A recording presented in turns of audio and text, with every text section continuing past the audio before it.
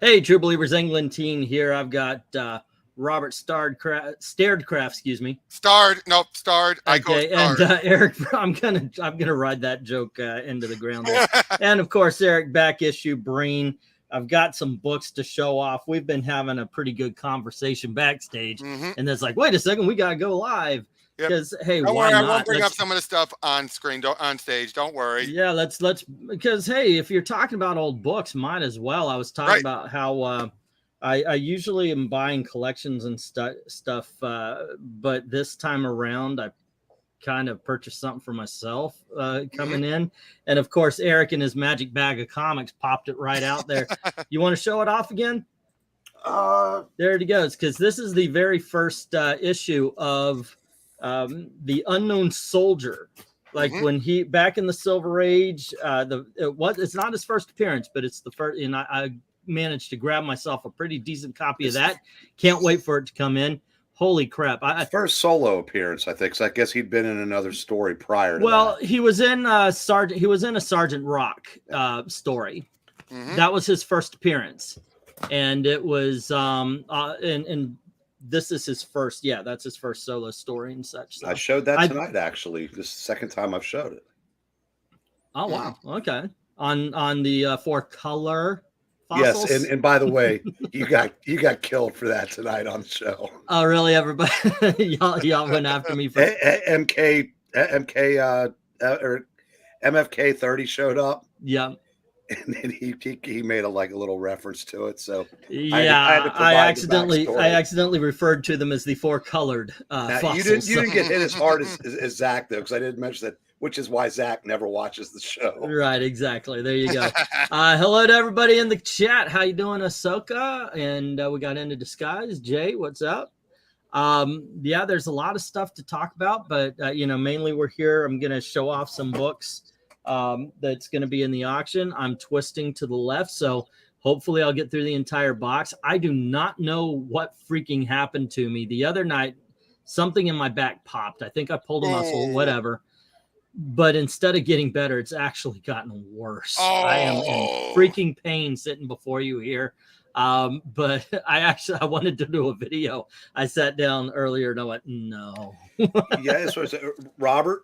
Yeah. Look to your right and see your future. Look down and see the end. Well, yeah, I turned 38, so I'm getting there. Apparently, your comic book shelves are looking like the library in Ghostbusters. So anytime, yeah. All righty, let me. Do you want to talk about some stuff that's going on first? Do you want to do the unboxing first? Let's get the business out of the way since it's in the title. Right, right. Yeah, that's what people are here for. There you go. Just like that, so you guys can be seen while we're chatting. I got this lined up with what I felt least excited about to what I felt most excited about, or what I thought you guys would, because in all honesty, for as awesome as it looks, I don't think a lot of people are going to be rushing for the Get Along Gang. This is issue number 2. Yeah. In all honesty, though, in a lot of collections I've been getting these. So I'm going to put them together as a lot and then put them on eBay. That sounds smart, because I don't think anyone's going to get that in the auction. Who's going to do that? Yeah, I'm kind of thinking the same way. I don't know if my crowd here is going to be wanting the Get Along Gang, but at the very least, yeah, I could go that direction. Next up, we have something from Epic Comics called Time Spirits. I have no idea what that's about. No idea. Never even heard of it. Now, one thing, I don't know this comic either. It's another 1980s independent comic, but what I do know is never bet against Now Comics from the 1980s, 1990s. Now Comics. Yes.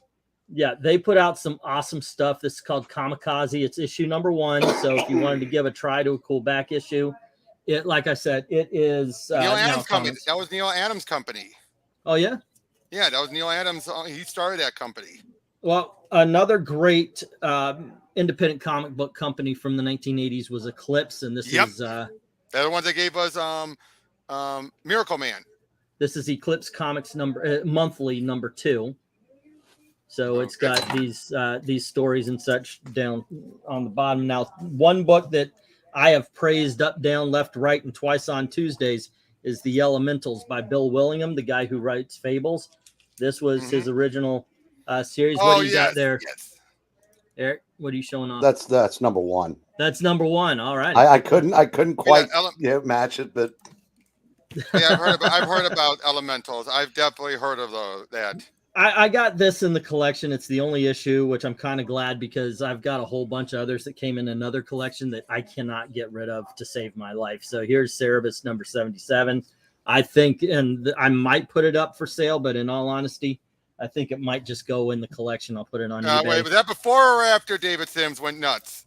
Well, this is way before. That's what I thought. Or at least he always was. From Eclipse Comics, we have a book called Axel Press Button, and it's issue number 5.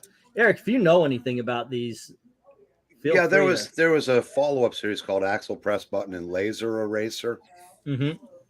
That's about all I remember about the series, though. I read those when they came out, but again, that's almost 40 years ago now. Yeah, well, here I got issue number 5 and 6. All right, give that. And one of the things that the purpose of my auctions are for is to introduce comics you may not have seen before. Give something a try. That's why I try to keep the prices 1, 3, and 5. And then, of course, we have some big dogs, but I try to keep the prices around there. That way, it's it's inexpensive enough to go, you know what? I've heard of Hack Slash. Yep, but, I know that. But I've never tried it. Good book, good series, good series. That's what got Tim Seeley started. When that series was faithful to the original idea of her basically being more or less a final girl that takes things into her own hands. A final girl for hire, pretty much. Yeah, phenomenal series. Once they decided, she went from being, like I said, someone who kills serial killers to a mother of an adopted child with her lesbian girlfriend. They decided to do character growth. Right. The side character was basically a Frankenstein creation called Vlad. Yep, I remember him. And basically, they did do a rather comedic crossover with Vampirella, where Vampirella and Vlad get together. But basically, all he did was go around and go, "Rrr." but he had a thing for Cassie, and they got rid of him because he was taking up time to devote to this new relationship. Oh, and it just, you got to be kidding me! It didn't. I mean, there's plenty of room for that in comics. Not in Hack Slash. It was just. Well, this is issue number 1 from 2007, so I don't know what you're fine there. Yeah. So this is old stuff. Wait, was this after Seeley left? No, it's got Tim Seeley's name. No. I'm asking Eric. I'm pretty sure Seeley. That was him that did that. Oh crap! Next up, we have I used to read this. This is actually a pretty decent series from Epic Comics called Coyote. Okay. Yeah. Apparently that was Steve Englehart. That's one of his passion projects. Steve Englehart. There you go. Yeah, that's prestige. And then from Eclipse Comics, got something called Alien Worlds. That's issue number 9. Good anthology series. Yeah. And remember, Eclipse gave us Miracle Man, Airboy, Scout. There's some really good stuff coming out of Eclipse in the 80s. Alrighty. Oh, and by the way, I just looked up. Apparently, afterwards, Cassie and that girl broke up. So apparently, it didn't last. To go along with the Alien Worlds, we have Alien Encounters, and that's issue number 2. Nice. And we also have issue number 3. Whoop. And inappropriate finger placements. All right, there we go. Okay, next up, a book that I only know because of one issue, and that issue is way up there at the top, and it is that's issue number 2, and this is issue number 5 of Star Slayer. There we go. Next up, we've got Thor number 345. And we have Action Comics number 558. Oh, nice. Now, I've got these at the... Oh, you got Star Slayer number... I don't know how you do that, Santa Claus of Comics, but yeah. Here we have ROM number 21. Now, obviously, these are cool comics that actually you know of, but they're also single issues. I've got some collections coming up. ROM, So I loved ROM. I loved ROM. You know what I like? I like 1980s Green Lantern. So here we go. Ooh.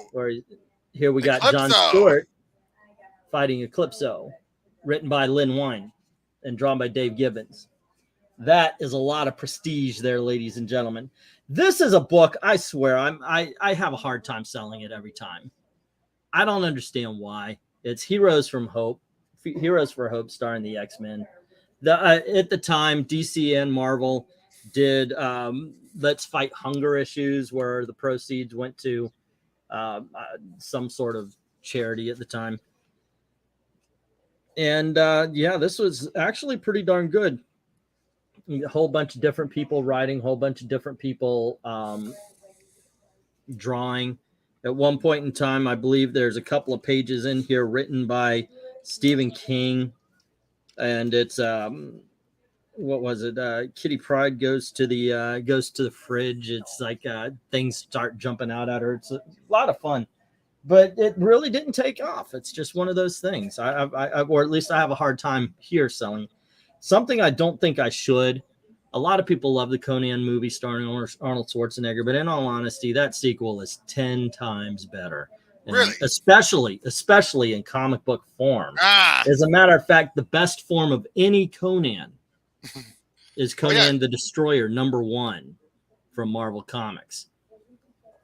Interesting. Bank that. He's shilling, Robert. I am absolutely shilling. Yes. No, it never stops. Conan is a ridiculous for Jay's already $1 on the Green Lantern. Conan is ridiculous. Conan the Destroyer is ridiculous, but it's fun. It's fun. Here we have the first issue of the Amethyst miniseries. Amethyst. There we go. Next up, we have Wildcats #1. Some image originality there. All right, Rachel, follow that up. Oh no, it's like Uncle Roger know like the Shadowhawk. I don't know. Shadowhawk. We have Shadowhawk #2. All righty. Next up, we've got the Ray #2. This was a pretty decent series back in the day. What? Oh, there you go. Okay. You know what? You should have super chatted that. I would highlight it. Okay, so anywho, we have Amazing Spider-Man Hit and Run issue #3, and from the Vision and Scarlet Witch miniseries, we have issue #3, and we have Nightcrawler #2 from the miniseries, and Marvel Comics Presents #118, starring Wolverine and Venom. But it also that's in one of my Venom omnibuses. Yeah, it also has Giant Man, so I don't know if that's the here it is, and this is the other cover. There we go. All righty. And I should just not sell these for a while. Like I keep getting them in collections, but did I put that? Yeah, I didn't put the bag on it. But I should keep them until I get another full run. Here's issue #11 of Who's Who.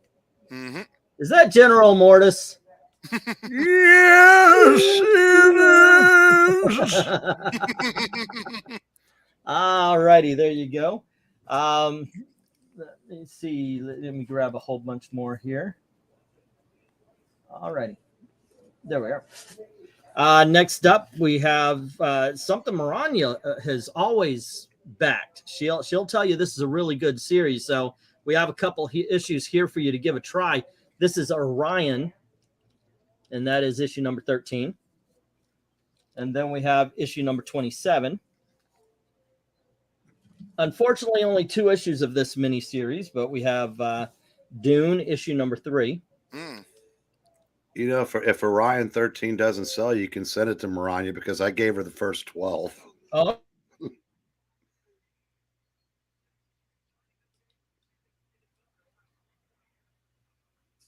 How you doing, Robert? Not too bad. Yeah, we're doing better than he. I was about to say, what happened? Okay. And there we go. There we go. That sucks. I hate it when that happens because I can hear you guys. But all righty. And this is from the 1980s movie Dune. Ooh. So there you go. I don't know what's going to happen to this next character in the future. I'm thinking maybe 20, 30 years from now, someone will have to start managing it. It's the Badger.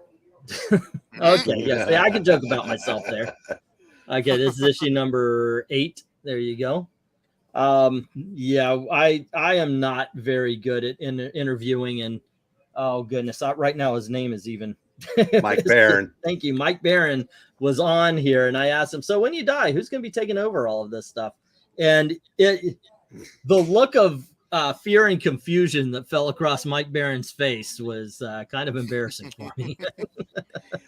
All right. And for some strange reason, he hasn't been back. Yeah, go figure. Go figure. Yeah. Well, I did claim that he was really my father. Okay, so Star Trek number 21. Whoa, what happened to Spock? Well, he's shooting the werewolf creature, I think.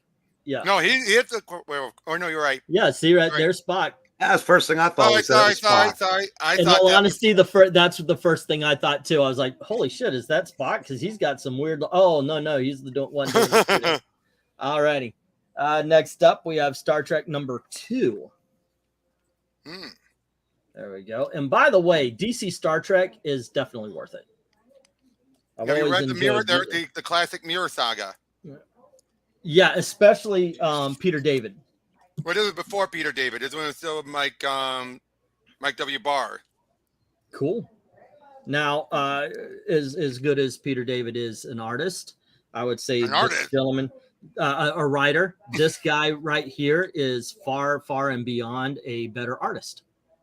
And his name is Jack Kirby, and this is Superpowers number 5.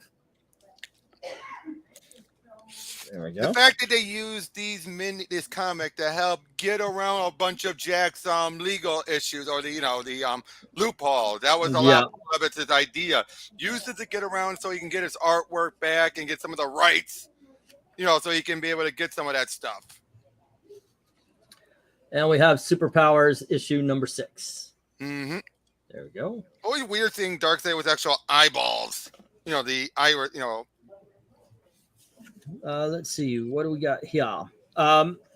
Some people might talk you out of buying things from this era. I say this is a great freaking era of Justice League.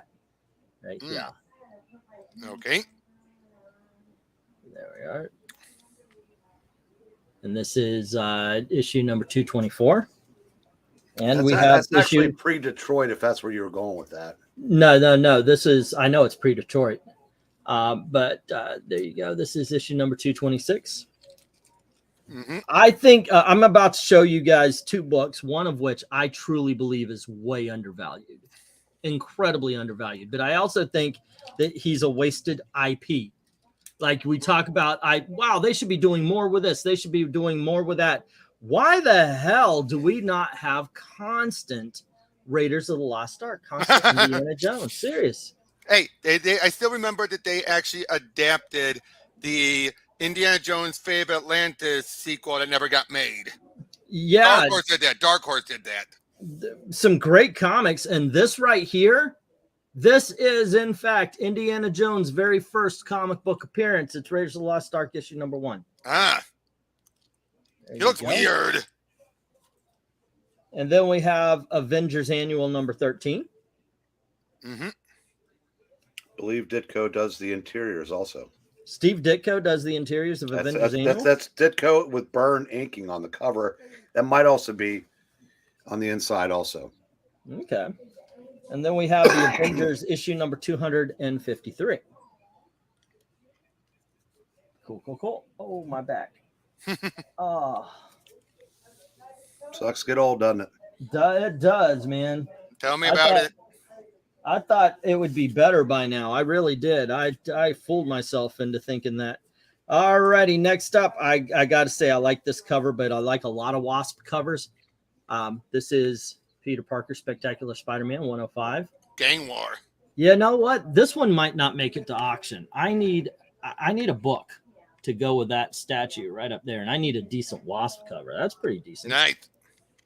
I mean, the first appearance a little bit out of my price range. But yeah, what would you say? What's a good Wasp cover? I would love to get an old Tales to Astonish, but they're all like, hey, here's Giant Man, and you see that little bug? There's an Avengers in the 340s that's just a solo Wasp cover. Okay. Let's see. Superpowers was DC Answers to Marvel Secret Wars Internal Comic Book Series. I just found one. I found a possible one. What's up? I'm gonna get a link for it. Okay, or you can share it if you want. All right, just a sec. Let's see. Here we go. Oh, vey. Okay, let me see. What are we talking about? This is. Oh, that's the one. Yeah, 340. 340. That is pretty sweet Wasp cover right now. But for now, I do also have Peter Parker Spider-Man. Oh, let me. I was about to say, whoops. There we go. I also have 106. So there you go. We got the whole story. From Eclipse Comics, I don't care what you guys say. It deserves to be a little bit further down the line. It deserves its acclaim. This is a comic book called Aztec Ace. Okay. There you go. Doug Mensch. And here we go. That's funny. Whenever I get Aztec Aces, that issue's not in there. Gee. Here it is. What issue is that? This is issue number 14. I Believe believe the other one was issue number 13. Oh, no, number 15. Too bad, because this one's issue number 12. It would have been nice to have 12, 13, and 14. Mm-hmm. There you go. Okay, you want to talk about great 1980s series nobody talks about anymore. Maybe that's a video series should do. Comics that nobody talks about anymore. But here's a good way to get views. Pardon? That's a good way to get views. Yeah, books you don't give a shit about anymore. Come on in. Yeah. But you know what? You should. I do know what's going to happen with this character after Mike Barr dies, but here's Batman and the Outsiders, issue number 8. Do you think they'll keep doing Batman stories after Mike Barr dies? I don't know. I mean, after him. Then we have issue number 22. All kidding aside, excellent series. It really is, yes. And then we have annual number 1. The Force of July. There you go. Oh, okay. Let's see. Next up, a book. Here's also another book that I wonder sometimes why it doesn't get love. I've read a few issues since I started doing the auction. I got to say, it's actually pretty good. This is issue number 45 of Warlord. Nice. Warlord is nice. Got to tell you, I was never a fan when I was younger, but yeah, it's like you say sometimes. I passed it up, and now I kind of regret it. Robert, are you reading Danger Street? Yes, I am, and What my LCS has the entire run for $40. A Batman and the Outsiders. Oh, Grimjack is great. Grimjack, I had the entire run here. Could not sell it to save my freaking life. I got to ask real quick. I'm Tom King's harshest critic, and I've actually liked the first 2. Oh no, I'm not saying I hate it. I'm just interested by it. I think the concept is really relatively unique, I should say. That's it. No argument. No argument. Here's issue number 46 of Warlord. And by the way, yeah, I mentioned that because Warlord's in that. Yeah, that's what I was saying. From first issue special. And we have issue number 47. And we have issue number 48 with the first appearance of Arak, Son of Thunder. So, you know, this you got to watch out for this one, kids. All right. Next up, gosh, another one I think is this one had its day in the sun though. Here is issue number 7 of Gru the Wanderer. I did, you know what, by the way, a while ago I did a Pro Teachers Noob with Liana Kirshner about Fanboy that Sergio Agana had worked on. Here's issue number 8. Nice. Seriously, Sergio's artwork is amazing. And here we have issue number 9. The ladies. And we have, well, no, that was issue number 10, and this is number 11. There we go. So we got a few of the Grus. All righty, let me see.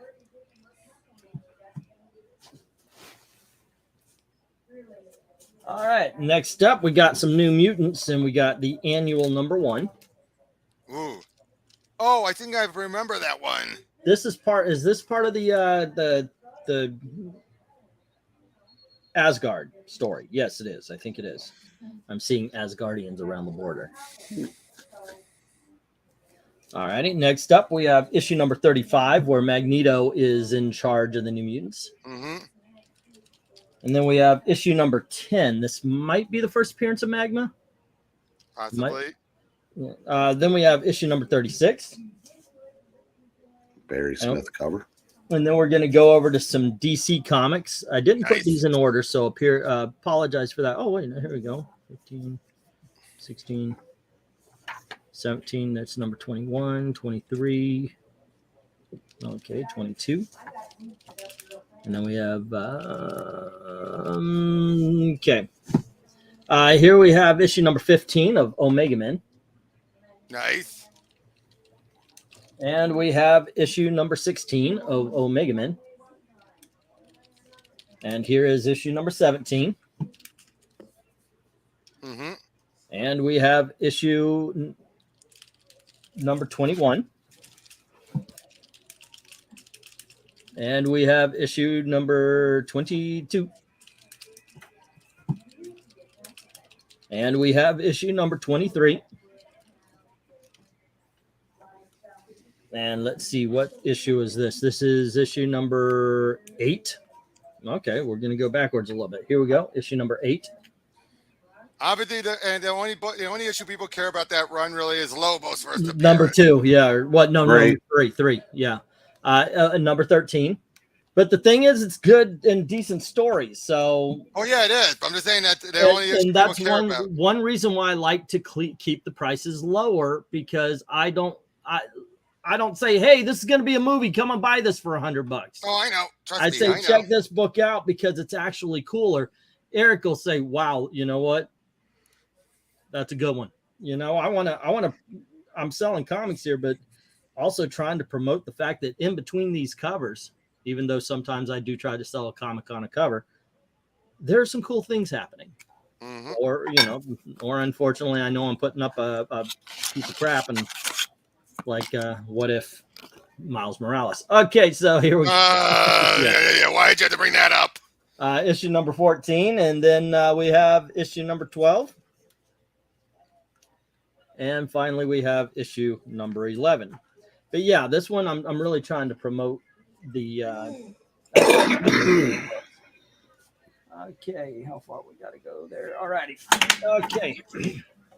How many more do we have left? Long time. Hey, Ethereal, what's up? Avengers 275 has a cool Wasp cover as well. Ant-Man is also on the cover, which I do have the Giant Man statue up there. And a miniature version of the Wasp as well, and Ant-Man. Hey, on a quick thing with modern comics, can I make one statement? Because I was looking on Twitter, I saw a tweet that my tweet I made earlier get retweeted. What's up? Yeah, given the stuff going on, you have End of the Spider-Verse and Dark Web. Why is it the Dan Slott book feels more like it's actually embracing being a much more better 60th anniversary story than Dark Web, which is so. What the hell is Dark Web doing? I just think a lot of people, including writers and artists, are done with the events. They're not events if nobody gives a shit. I know, but it feels at the very least Slot feels like he is giving a shit about his event at least. Well, that's good to hear. Okay, next up I got some books that I have actually heard are impossible to sell by 2 people within a week.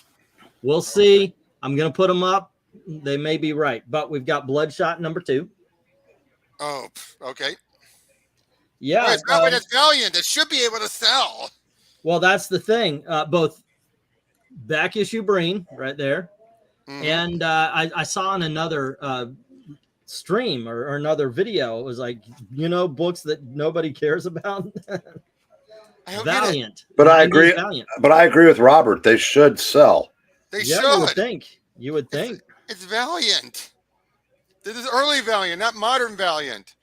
Yeah, but look, I would say even go to. You should even check out the 2000s. The 2000s Valiant. Oh yeah. Definitely. Not current Valiant, but yeah. Yeah, it's okay. That's a double. I got a few doubles in this one. Not the happiest of campers.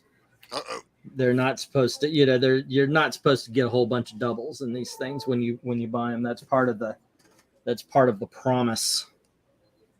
Okay, next up we have Shadow Man issue number 4. Nice. And more Valiant. Exo Man of War issue number 7. More Valiant. And we have Solar Man of the Atom number 20. Yeah, all of these are Valiant comics. Yep. On this again, one. they should sell. They should sell because that was a great time. In fact, issue number 13. I was talking with the owner of one of the owners of my local comic book store. Oops. Go ahead. Issue number 15. And she's been around. She said they started around the time of Death of Superman. Issue number 18. Yep. And I asked them, so you were there for Deathmate? Yep. Did you guys didn't fall issue for it? Number 17. And they're like, nope, because they understood, like, they knew what was going to happen. So they didn't fall into the suckers game of, let's buy all these Deathmate books. Like, no. The problem, of course, with the Deathmate was the image. Side. Yeah, it was the image. And she put it best. The best part about Image was also its weakness, which was the creators were able to do whatever they want, but that also meant no deadlines. I heard one. Oh, well, I didn't hear it. I read it in Wizard. One retailer say that Image actually outsold DC Comics, but only in orders because their books. Yeah, their books never made it on time. So that time when supposedly Image beat DC, they didn't because DC had their shit straight and they put their comics out on time. Image Comics didn't do that. At a certain point, Image Comics, they put them out so late nobody gave a shit after a while. Exactly. So the owner made the joke. I made the joke of, so in other words, you two weren't in bed with Image, adoring the ground they walked on. She's like, no, we weren't. We're grateful for that. Jay is saying our Valiant Turok's finally going up in value. I saw it half price books for $10 had to be a mistake, right? I would say yes. How would you answer that there, Eric? Yeah, number one, no. The last issue is worth $15 because I think there were about 30 printed. Right. The problem, a lot of people look at Death of Superman and think that was one of the things that led to the big crash. Because you had your speculators and they were buying books. And of course, when Death of Superman came up, there were people buying cases of them. Right. So there's a lot of them out there. But in all honesty, Valiant's Turok number 1, that if I was to point to, and it's not just one comic, but if you were to point to one comic, it would be Valiant's Turok number 1. That thing got so overprinted. It's incredible. Now, I know what ended up happening is a whole bunch of them went into quarter bins and 50-cent bins. Yep. Now they would be dollar bins. And what ended up happening with that is they don't put them in bag and backing board, so a whole bunch of them get destroyed. But there's still a lot of Turok number 1s out there. So I wouldn't go above 5. I would never charge more than 5, but I wouldn't go above 5. And in all honesty, probably around 3. If anything was overrated, it was Image. Early Image, yeah. Well, some of the early, I would say half early Image was. The other half was legitimately good. You know, I was talking in another live stream, and I've got to do a video before Perch does, since I'm talking about it here. Is the fact that I historically, Youngblood #1 is incredibly undervalued. Youngblood #1 is the very first Image comic book ever printed. Yes. So it was done before they even had their own. They were still doing this up with no way. Was it Malibu that was yeah. Okay. By the way, for those of you who are uninitiated, I wrenched my freaking back the other day, and it is hurting worse today than it did the when it first happened. There you go. Okay, so let's see. Shaman's Tears. Man, I find that everywhere. You know what? I find the first issue everywhere. The following issues, because it's like 12 or 13 issues. It's actually harder to find those later issues. All righty. Next up, we have Alpha Flight, issue number 27. This is still the burn point, right? Them's still the burns. You can tell that by the faces. Also, we have Alpha Flight number 4. Nice. And that's definitely John Byrne. And then we have Alpha Flight number 5. Yep, definitely Byrne, because Byrne started, yeah. This is a Mike Mignola cover right here. I don't know if it's still John Byrne on the inside, but it's issue number 31. No, Byrne, I think, left after 29. Yeah, this would have been Mantlo still. Yep, that's Mignola on the cover. So that's his signature. So there's no way there's no way this would be Byrne. Byrne wouldn't do his own covers. But this one is. This is issue. Wow, that's a nice condition too. Here's issue number 25. Ooh. Question: How much does that snow cover issue go for? Couple bucks. So it's not a must-have. Hey Ash, what's up? No. And, by the way, hello to CHRONONAUGHT too. Good story and art, idiotic. So it's not a whoa. What was that? I still have my phone turned on. Like CHRONONAUGHT's answer: if it's signed, $2.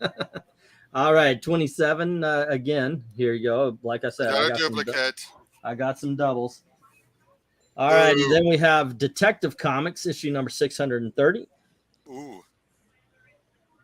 And we have, and this is Peter Milligan and Jim Aparo.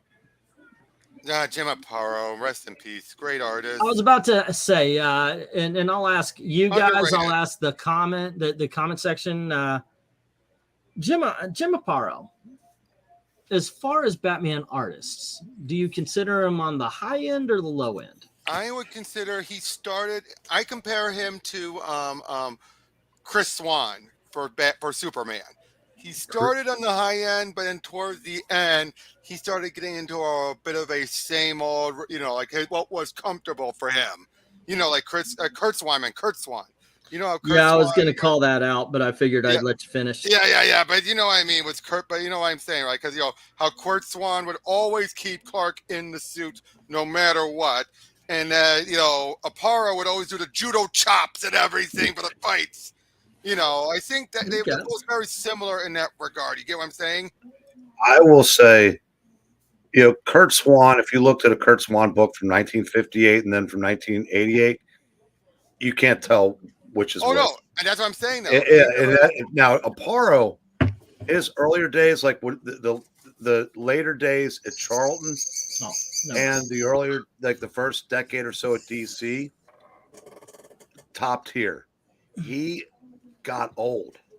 And his art definitely, I just think same thing with Gil Kane. As much as I love Gil Kane, towards the end of his career, the pencil's got, I guess, a lot looser, if that's the right term. Yep. And especially even by Nightfall and all that. Yeah, and he would have definitely benefited from. I'll give you an example, like Romeo Tangal. I don't know if that name rings a bell. He's an inker. He was so good that he made Kurt Swan look like George Perez when he did a fill-in of the Titans. And maybe he could have saved Aparo later in his career. Because those later Brave and the Bolds, you can definitely notice a drop-off in quality. You want to know one old artist who's still working to this day that still says has not missed a beat?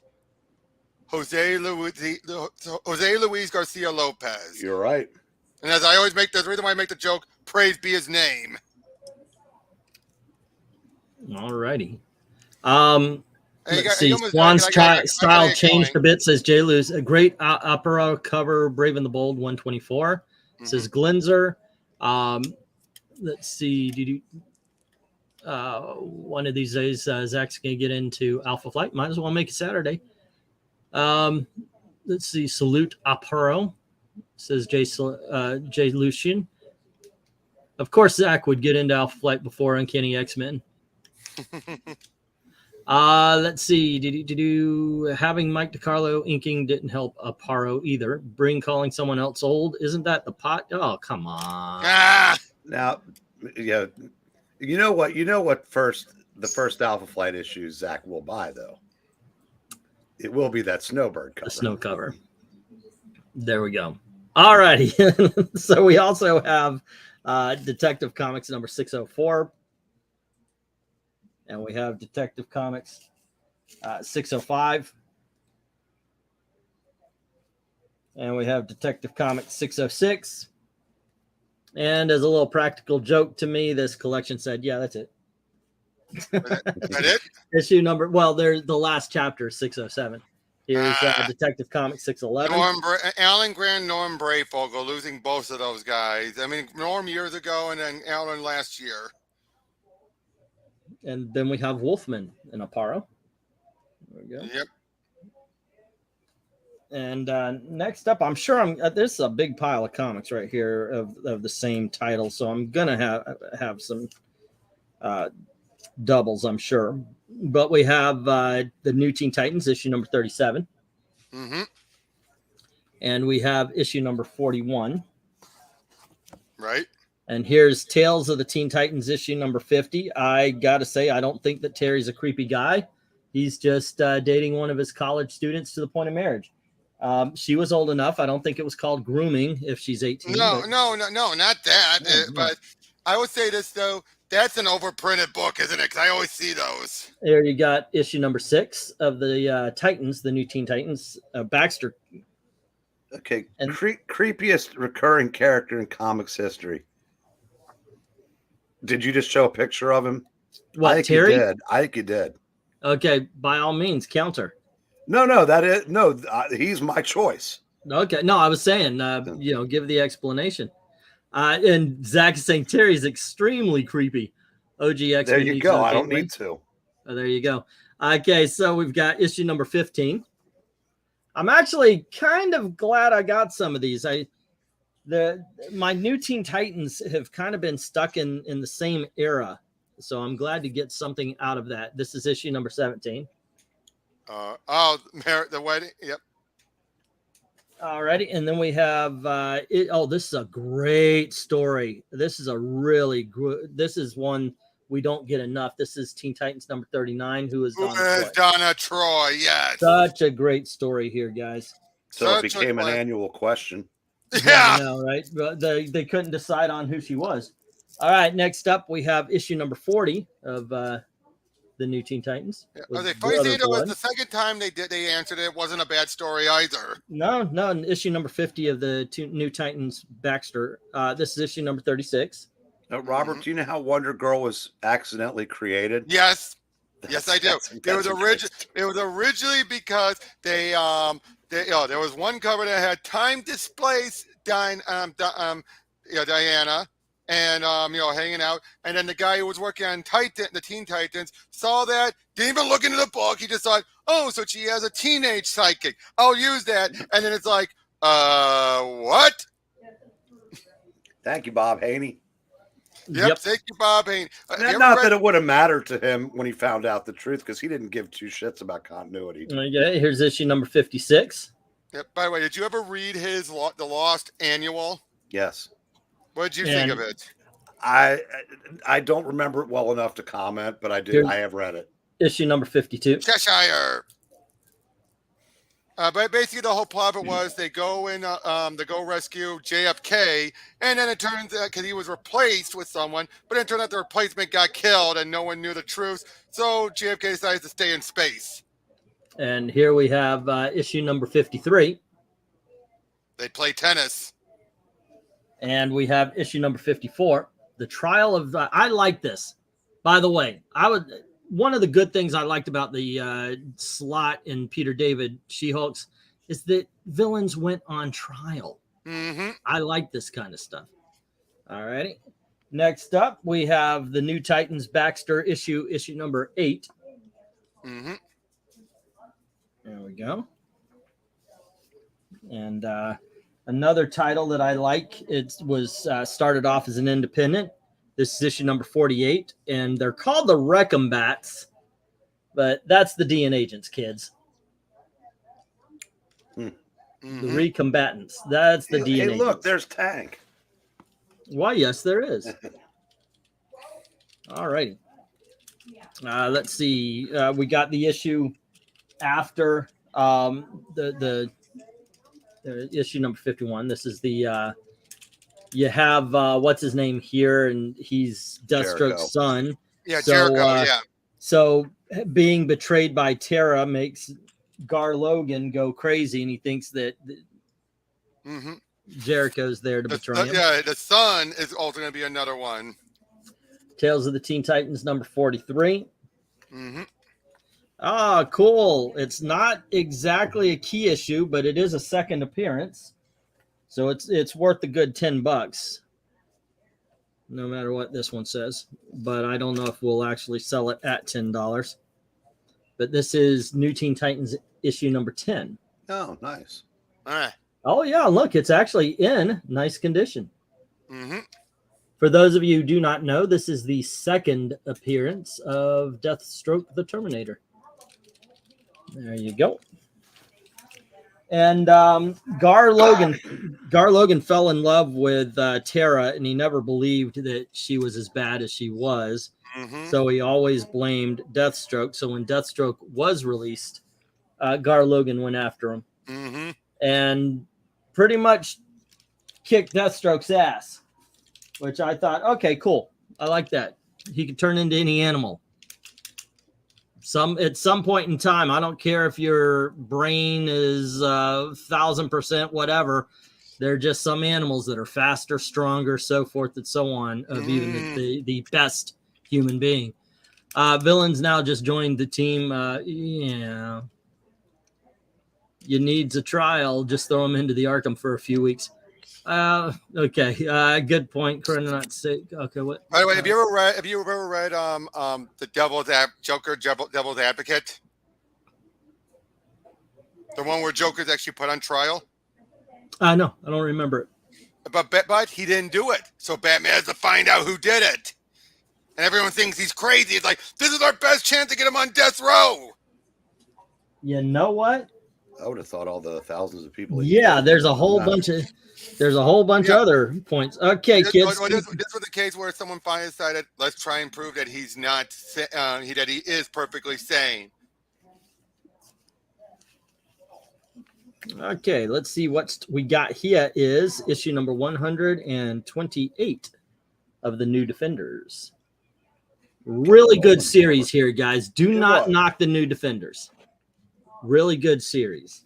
Well, the problem with that series was while it was coming out, Marvel had some of the runs going that are considered all-time greats. Mm-hmm. Defenders just got lost in the shuffle. Now you go back and look at it on its own, you realize how good it was too. All righty. Next up, we have issue number 129. And here is issue number 131. And we have issue number 132. And here is issue number 138.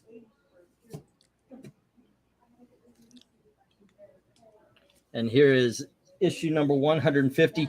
Now, there was a time that was going, I mean, these painted covers, they didn't look like the Alex Ross painted covers, but these really did look cool.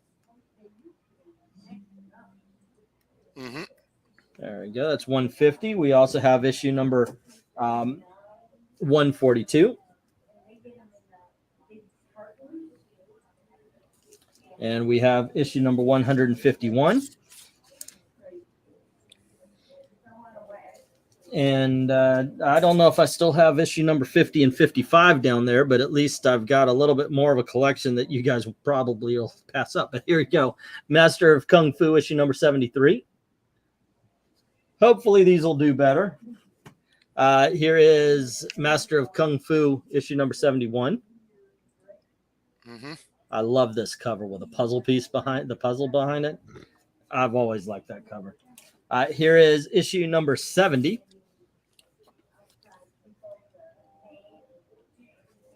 And here is issue number 66.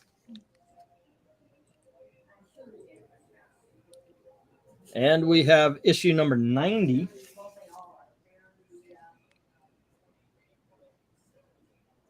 And we have issue number 89. And we have issue number 92, where apparently he joins the 70s. All right. There we go. All right. And let's see. These are the last before I got some that are a little bit more valuable and such like that. There we go. All righty. In no particular numerical order, I think, but we have, well, at least these two issues. Yeah, actually, I guess it is. Look at that. Oh, wow. I said that, but let me see if I can't help it out here. All right. We got Indiana Jones, number 20. Nice. And we have Indiana Jones, number 25. And here is Indiana Jones number 28. You know what? I look at these. I see these individual issues. And in all honesty, I think right at the beginning, I would take on the kind of like the Dark Horse thing where they were doing it in miniseries. I mean, granted, I guess it would be a modern. I would write Indiana Jones even back then as a modern comic, where I would create an Indiana Jones script. And it would be, you know, the big stories and so forth. Of course, you'd want to throw in a single issue here or there just in case you can't get stuff complete. But I don't know. There you go. That's issue number 29. And here is issue number 30. Nice. And finally, issue number 31. Now, which did you prefer, the Marvel stuff or the Dark Horse stuff? In all honesty, I would go with the Dark Horse stuff over. I'm not. This was fine. This is fun, but the Dark Horse stuff, I don't know. The way the art was, the colors and everything, it felt more Indiana Jones. Let's see. I assume safely the Gabriel team did not count. That is a good Geek Point fight. The all new, all different, or Gabrielle Summers team for the panel. I'm not sure I could translate. What are we talking about? Of the Gabrielle team did not count. That is a good Geek Point fight. Oh, Gabriel, wasn't that the Summers that ended up becoming the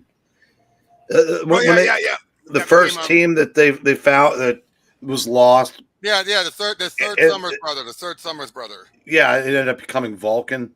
Yeah. Okay. Yeah, because he had a team that got lost in the jungle or got lost in Krakoa before it was, another Ego, the Living Planet, apparently. And that's why the team that he assembled, well, I guess, was to go find them or something. Because You had one team to find the originals, and they got captured, and then they got killed. They got killed. Well, that's right. Yeah, because I guess he was the only one that's. They thought that Gabriel was dead too, and apparently he was, Yeah, and the only ones that survived are Gabrielle and Darwin, because Darwin was a guy who had evolved. It just took a long time for him to re-put himself back together. The joys of retconning. Okay, and I say, as far as lots are concerned, I think this entire lot right here is probably going to be $3, maybe $5. I'll actually defer to Mr. Breen. I do not think these are dollar books. There might have been a couple of others I don't think are dollar books, but this run right here is we got Supergirl number 4. It might be Nice. 3. And Yeah. those are- I that's love not that. I all. love that outfit. I love that outfit. Yeah. Here is issue number 5. And here is Man, all issue, that's missing is the shark, and it's a Lois Lane cover. issue number 6. Quality cover by the great And one. here is issue number 7.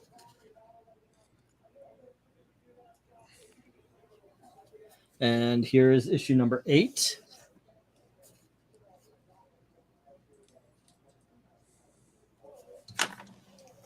Wait, that outfit felt like that felt like a proper. She's not Superwoman, but she's close enough outfit. Here's Eric Breen's Floating Heads. Here's issue number 9. And we have issue. He had the same one. Yeah, issue number 10. I do take a little skip up here. Here's issue number 14 and issue number 15. All righty. Now let's see. These are I only got a few this time of $2, $5, $10 books and all that kind of stuff. But here is Kitty Pryde and Wolverine number 1. Good series. Yep. I've had a couple of these. I got another one, kids. Oh shit. Here is another X-Men Teen Titans. I might as well just hang this on the wall. I'll get another one. All righty. And then if you're going to get an issue of Crisis on Infinite Earths, might as well be the Death of Supergirl. Yep. No, they killed her. God, look at that. Look at that right there. Off to the side here. Look at all this. This is George Perez, ladies and gentlemen. I feel not, you know what, George, I've said it before. George Perez, my favorite comic book artist.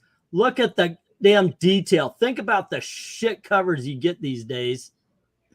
If you look real close up on the right, you see Terry hitting on Amethyst.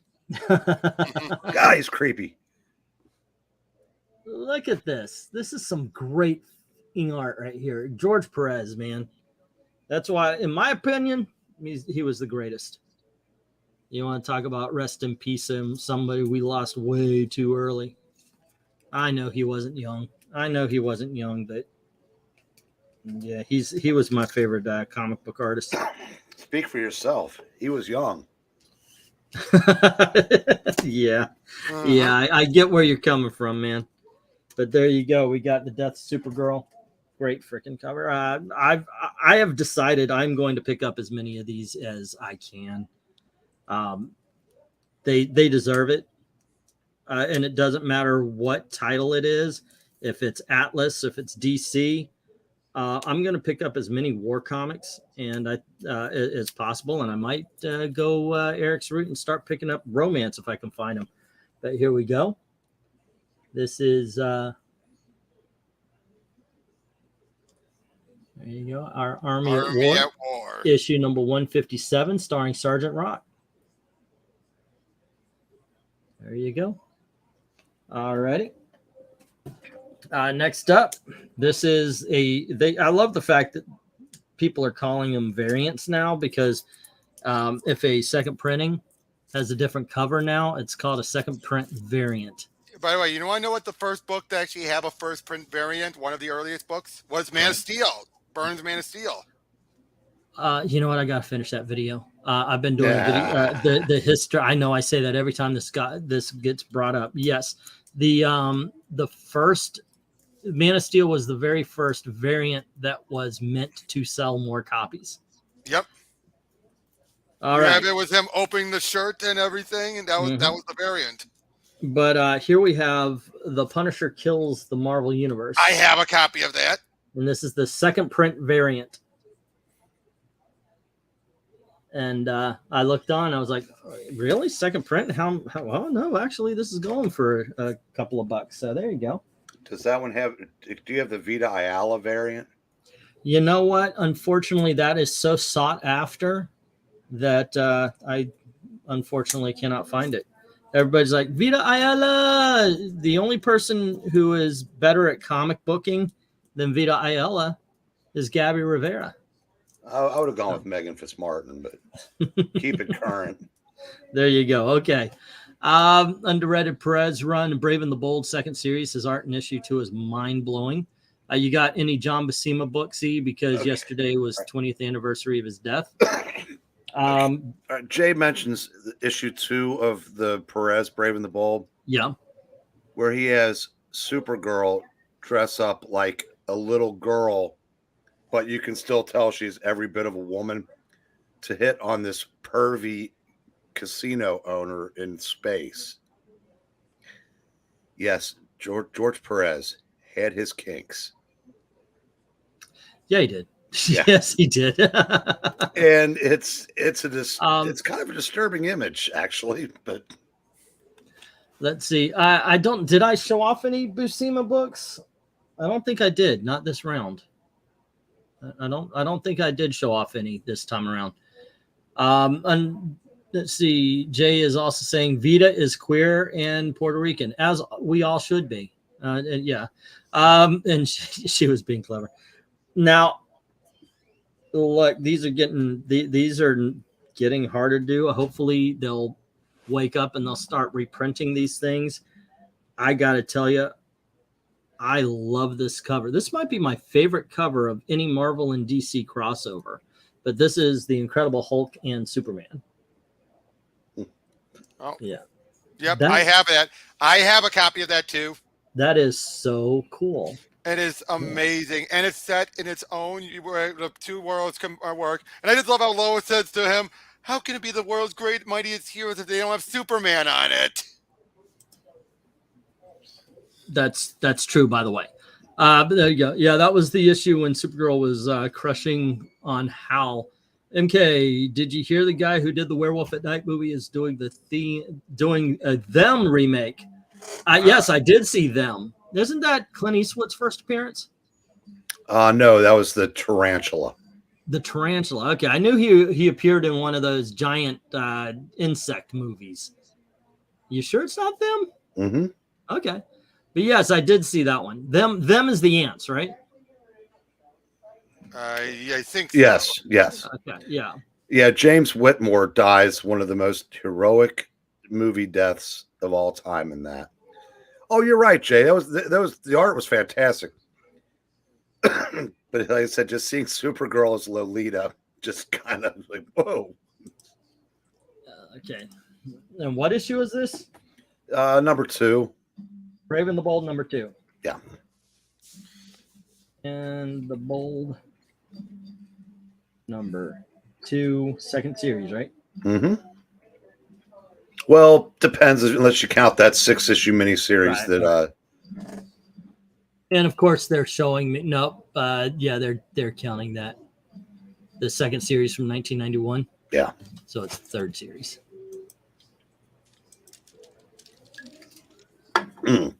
Let's see. Actually, probably 4th because there was a 6-issue miniseries with Green Lantern and the Flash. It was done like 2000. It's Supergirl and Green Lantern? Yeah. Yes. Okay. You'll know when you'll know when you get to it. Okay, and so, and let me type in something that might be a danger. Supergirl, Lolita. I may be. You're going to get a lot of things that have nothing to do with Brave and the Bold number 2. Yep. Let's see. There's no. There's no pages off of this. So, all righty. Let me go into my old discs. Seagate DC Comics. All right, come on, DC Comics. Brave and the Bold. That would be in the Batman family. So let me go check my Batman comics. Batman, Brave and the Bold. And that's, here we go. And this is volume 3, issue number 2, you're saying. All righty, let's see what they're talking about.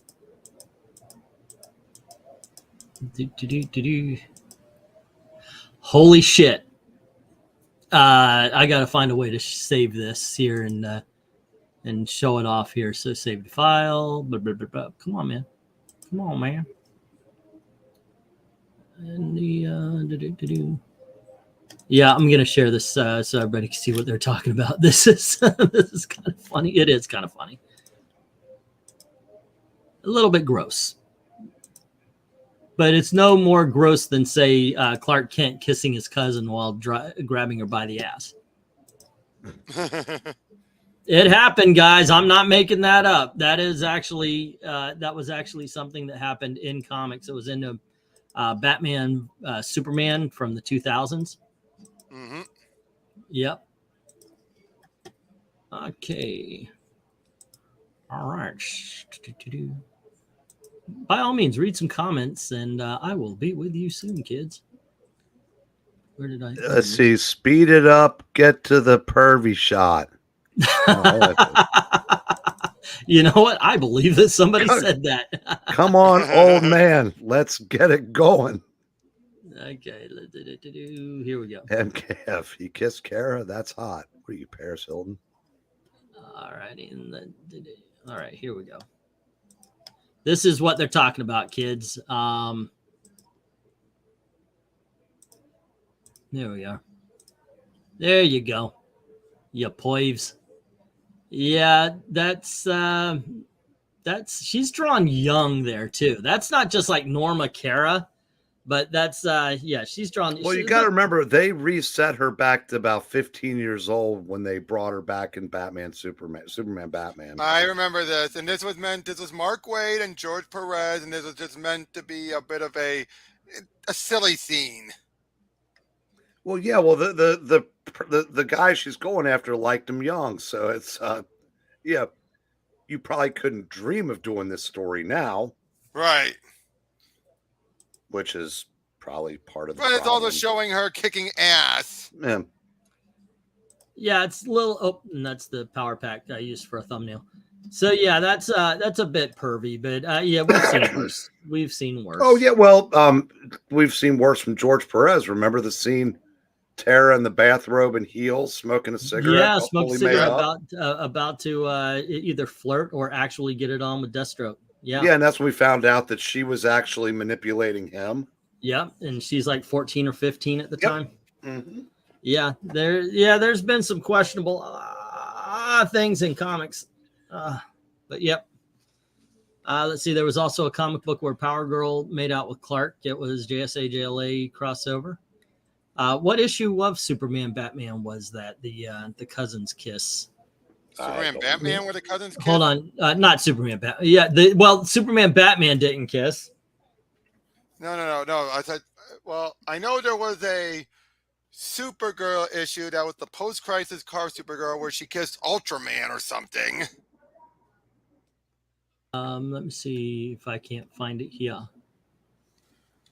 Remember the issue of Adventure Comics when Supergirl was bragging about her new boyfriend to Superman? He goes, "You'll be sorry." Turned out to be a girl disguised as a boy. Okay, here we go. This is what we're talking about.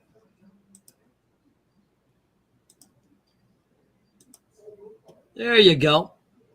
This is a little bit of Pandora. Yeah, that's Ultraman. That's Ultraman. Oh, okay. Yeah, that is Ultraman. Or no, I take it back. That is Superman, but that's Superman from the Superman Batman Absolute Power arc where he thinks he is, or where he was evil. No, actually, no. It's so confusing. This whole story is confusing. Yes, this is Ultraman, and he was being raised by the Saturn woman from that world, or Saturn Queen from that world. Okay, well, I don't know about all of that. I do know that that is Ultraman. That is definitely Ultraman. Both cheeks of her hiney fits in one palm. Just saying. If you scroll down, they're showing a bit with it looks like Supergirl and Power Girl. That didn't happen. If you scroll down a bit on that one. Oh. Yeah. That could be. That's an edit. That's an edit. That is an edit. It's fan art. It's fan art. Yeah, but that happened though, because that was the Linda Danvers Supergirl with a pre-crisis during. This was during her last arc. By the way, MK is asking about your favorite story. It was actually Big Barda. Yeah. And that's, yeah, if you ever want to see somebody just lose their mind, ask Gratu about that. Okay. Just say you like that story, didn't you? And he loses this crap over it, huh? It's sort of like oh god, now I can't think of what's the one I can always get you going with. My trigger is Captain America #25. That's one of my trigger issues because it's one of the worst things. No, it's not that. No, just something that I can get you going. But I mean, the only way that could have been good, they should have saved that for the completely organic 1000th issue. I know that's one of them.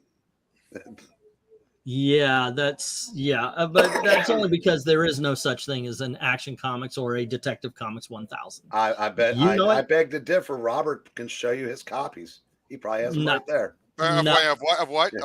It's fucking fake. What is? Wait, what? Action Comics and Detective Comics 1000.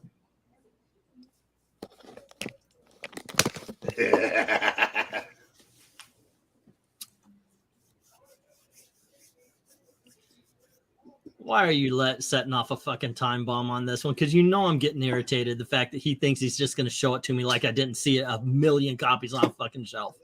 Well, see what we call this in business is factual evidence. Okay. Now, Robert, do you honestly believe that I didn't see millions and millions of those in comics on the shelf? I know. I'm joking. I was being a smartass doing that just to show off my collection and to give an excuse to show off this. Look at all those art and those signatures.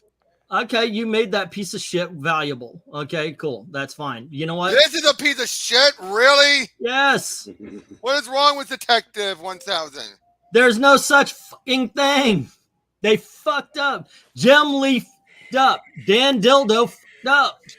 How did they fuck up? By starting the numbers over again. That's not Detective Comics 1000. That's not Action Comics 1000. That is Action Comics Volume 3, issue number 48 or 49.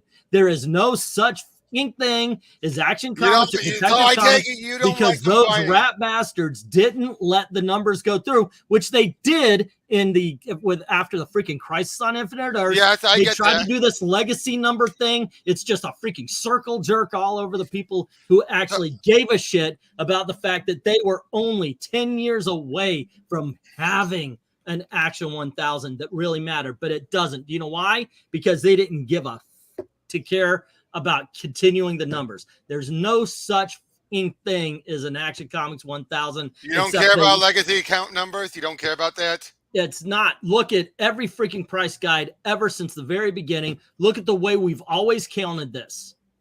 We just talked about Brave and the Bold, Volume 3, Issue 2.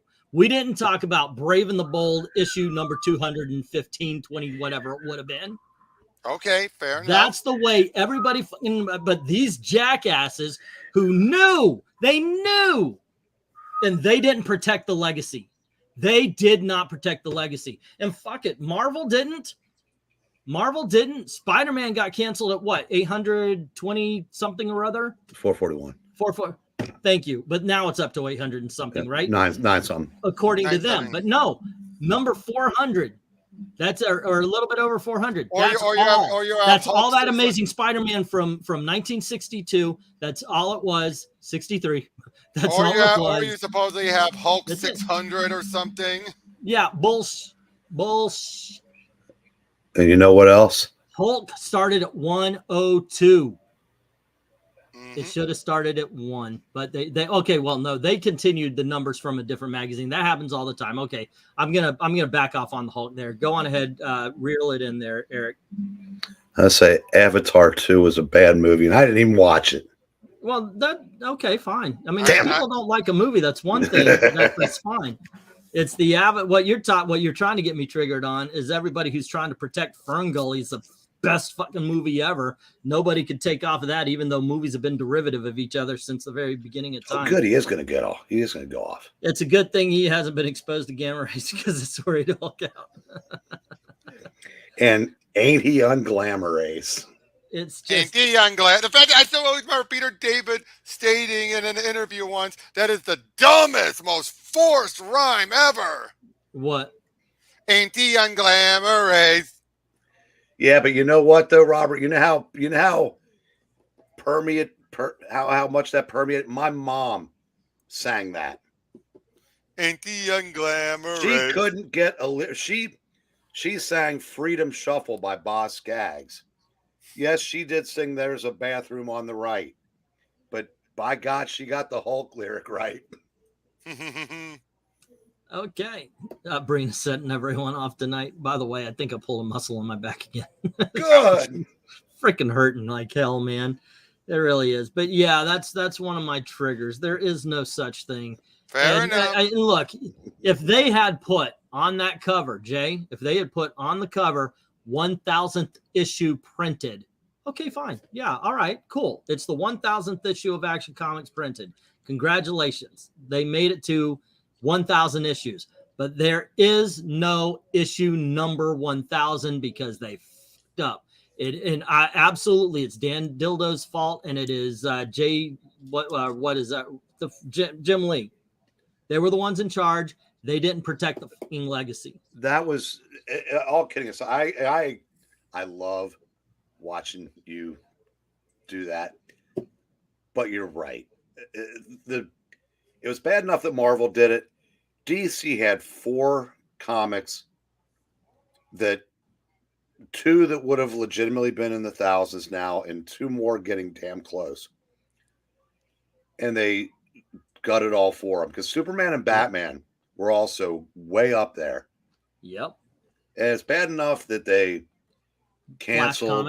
It's bad enough that Wonder Woman, Flash, Adventure Comics, World's Finest. I understand books stopped selling, but the 4 flagship titles, the only one that ever even came close was Detective at the implosion, when they compromised by merging Batman Family and Detective because somebody was smart enough. And Batman Family was doing better. Somebody was smart enough not to cancel the book that the company was named after. How many months were between the end of the very first or the very last Detective Comics and the very first issue of New 52 Comics? 1 month. 1 month. So there was a month with no Detective Comics. No, it was the next month. Yeah. Okay. That's because all 4 of them. Ash is saying that's why he accepts it, but I'm sorry, I don't, because it's a renumbering. It's the way we have always looked. Yeah, but there was never a pause or anything between it. It was the very next month. You know what? And that just makes it even worse that they didn't continue the numbering. I mean, both. I can make a case for both arguments because there was no interruption. But that's still that. Whoever thought that was a good idea, I get it. New 52, new start, blah blah blah.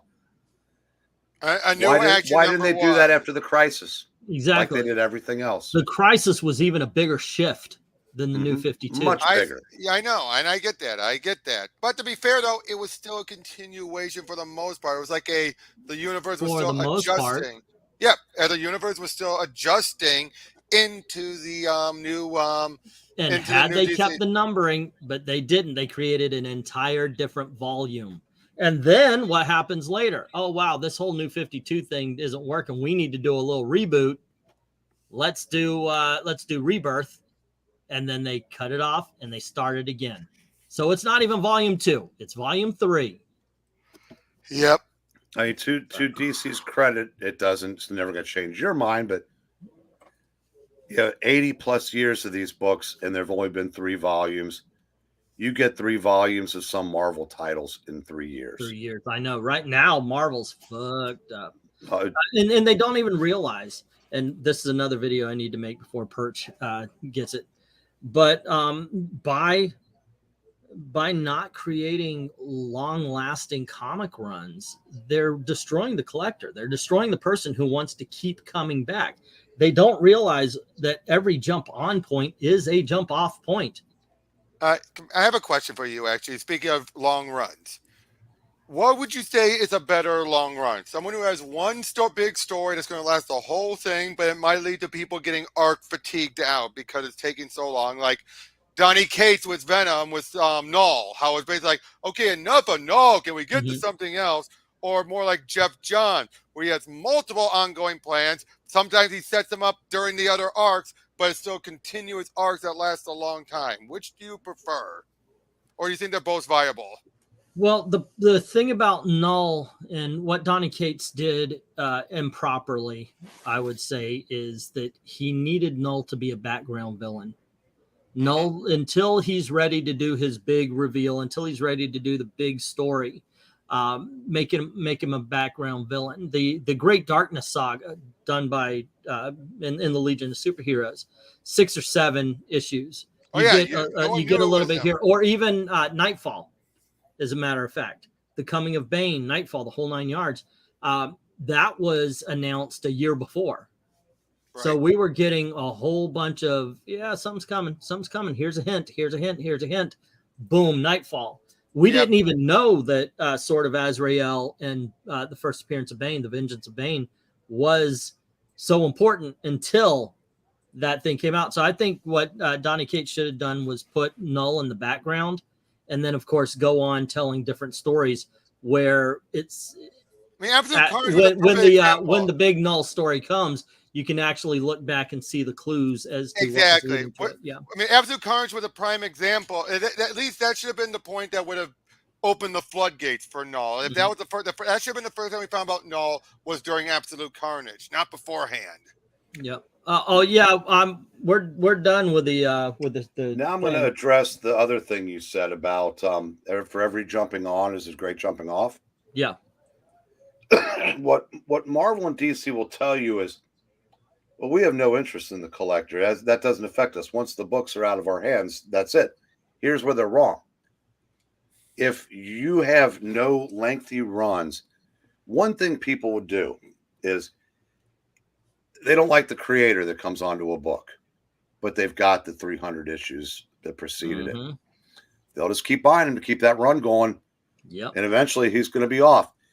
Now, if you're relaunching every time you change creative teams, there's no incentive. There's not going to be people out there just buying the books to keep runs going.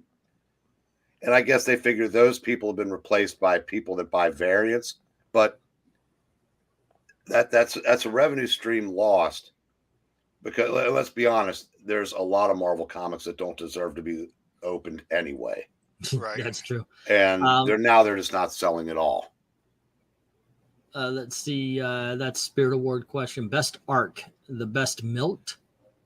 Who killed the X-Men from a conversation between Bishop and Old Gambit in the future. The reveal took years, and I was right. Okay.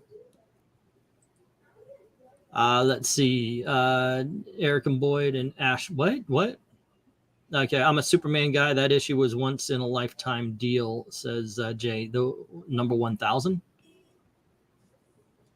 I don't know. Somebody named Nick Wilson saying hello, or at least saying you to Robert. Yep. Nick Wilson. He's a regular with me. Okay. What's up? Welcome. Hopefully you'll enjoy the chat. He's been one of my fanboys. Right. But I thought that's what Danny did. Kept Null. Did he do that? No, I can't speak to it. But Null did appear very early on and kept on being. He was there from the upfront, moving forward. So to me, it comes off a little bit like the Super Friends and the Legion of Doom. Now, when I was a kid, of course, I'm all into Super Friends. I love that. I even watched it recently. It doesn't hold up as well as I wish it would. But it was always like, we'll be back, Super Friends. I'm like, wait, Superman, why don't you just, kill their engines? You're there, it becomes repetitive, I guess. I don't know. It depends on the long run. If look, one of my Case favorite. only lasted 35 issues, so One of my favorite runs was Frank Miller and Daredevil. You know, when you're reading it, he's got this story going on with Elektra. They even took all the Elektra bits out and made a miniseries called the Elektra Saga with it.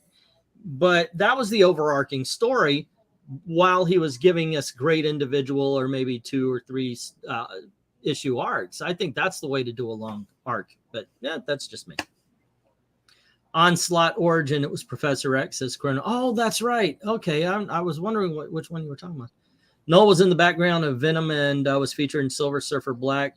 He built up to it. Yeah, okay, well, yeah, I got to admit, I can't speak too intelligently on that. I jumped off. Ash, what I'm saying, though, is that we still saw Venom within the first arc. He was made very clear. We even saw him and everything. What I think what Engleton's talking about by him being in the background, that we didn't even know it was him at all. Having stuff like the build-up, yeah, but we saw him during it. We saw him right there. And now, granted, it wasn't, he still says, I am the Void. Rhaegar saying if you have Shin Ultraman showing in your theater, go check it out. It's pretty cool. Yeah, I heard about Jeff Beck's passing. I gotta admit, a little bit past my music listening time. I've heard some things, not bad, but yeah, God bless and rest in peace. I hope his family's okay, and I know he's got a lot of fans who are probably a little bit down in the dumps now. So. Okay, well, I gotta get going personally, guys. All righty. Well, you have a good one. Thanks for stopping by. Yep. Thanks for having me. Anytime. Have a good one. All righty. And let's see. Did Mr. Eric bow out completely, or you? No, I'm here. I just went to get a Coke. Ah, and Eric or Robert was like, "I'm going to use this chance to escape." I don't know. Good times. Let's see what's going on. But yeah, unfortunately, I guess Eric, maybe you could say a little bit about Jeff Beck. I wasn't a fan. I mean, not that it's only because I never heard his music. No, I just know he was a very famous guitarist. He wasn't a singer. Okay. So he had vocalists on the albums. He did a lot of stuff with Rod Stewart, I think. Oh, really? He's been around that long. Oh, yeah. Who am I thinking of then? Who am I thinking of? I thought he was a newer singer. No, there's a singer named Just Beck. Maybe that's what I was thinking. I don't know. You know what? I'm gonna go to bed. Okay, I'm gonna look him up, and I'm gonna feel really stupid, aren't I? Oh, goodness. Now, I remember a time when I knew every freaking guitarist, drummer, and every goddamn band. He was 78. I mean, yeah, I was not thinking of that. I was not thinking of Jeff Beck when you said Jeff Beck. That is so stupid of me. I'm going to find out that I've got like 9 albums with him on the guitar, aren't I? In 1963, after Ian Stewart of Rolling Stones introduced him to the R&B, a single Stormy Monday. Beck joined the Rumbles, a Croydon band, playing Gene and Buddy Holly songs. Let's see. Tridents. I know this guy. Okay, I feel really stupid. Who was I thinking of? I guess I was thinking of Beck. Yeah, because I see he did a song, "Loser." England has 2 turntables and a microphone. Yeah, actually I do. No, I can't do that. Oh, I'm a loser, baby. Yeah, that's who I thought everybody was talking about for some reason. You kill me? Yeah. Yeah, I didn't like that song either. I wasn't a fan of that either, but he did do. Beck's done some stuff I really do like, though. Like? A couple of his albums. I mean, that's not individual songs, but I can picture them, but I can't remember the titles. In the 1990s, Beck had a higher musical output. He contributed to John Bon Jovi's solo debut album, Blaze of Glory. So he wrote the theme song to Young Guns 2, which I really enjoyed. He also helped Hans Zimmer score Days of Thunder. He played lead guitar on Roger Waters' concept album Mused to Death. Look, by 1990s, I learned not to pick up a Roger Waters album. He recorded the instrumental soundtrack to Frankie's House as well as Crazy Legs. And let's see, he rehearsed with Guns N' Roses for their concert in 1992, but did not play the actual concert due to ear damage. The Yardbirds, when inducted to... He was a Yardbird? I think so. Well, of course, then I heard his fucking music. Okay, there we go. Someone told me I should be proud, but I'm not, because they kicked me out. They did fuck me. Fuck him, not him. Yeah, there you go. He accompanied Paul Rogers of Bad Company on the album Muddy Waters Blues, a tribute to Muddy Waters. By the way, if you guys ever get a chance to listen to Muddy Waters, do it. Seriously, that's some awesome blues music. And yeah, okay. Wow, I feel really stupid. There you go. Yeah, what you gonna do? So yeah, wow. Because we ended lovers. This is a song from his head. Hi-Yo Silver Lining for Your Love. People Get Ready. Heart Full of Soul. Bex Bolero. I Put a Spell on You. So there you go. Yeah. Okay. Now I know who I'm talking about. Yeah. Wow. There's Buddha music. Yes, there is. What is a Yardbird? Is that a jail thing? Yardbirds also had Eric Clapton, right? Uh-huh. That's yeah. I listened to a couple of their albums in my discovering music phase when I was a teenager. I got to tell you, I was lucky to be born to the parents I had, especially my mom. My mom and my dad both really encouraged. He says, well, what you get? He said, why don't you, if you like a band, you know, I was into the heavy metal and all that kind of stuff. If you like a band, find out who that band listened to make them the band that they are. I thought, okay, let's find that out. And so whenever somebody referenced something, go check that out. So if I got into a band, I started getting into what the band that I liked was listening to. I discovered Muddy Waters and goodness gracious, a couple others. I'm just not. It's not Muddy Waters. Who am I thinking of? Backdoor Man. But I discovered some blues just from I like the Doors, and they did a couple of blues numbers, so I discovered blues music as well. Party Yardbirds also became Led Zeppelin, says Jim Sorensen. Yeah, Jimmy Page was in the for a few years in the late 60s. Who was the drummer before Ringo for the Beatles? Pete Best. He was the and also there was also a replacement drummer for a little bit when they were on tour because Ringo Starr had some sort of commitment or something happened to him. So yeah, but yeah, Pete Best is the guy who dropped out just before they got famous. There's actually a movie about him. It was basically an hour and a half of him going around going, I know, all right, I know, leave me alone, I fucking know. You know, you kind of. I wonder if you ever commiserated with the third guy from Apple.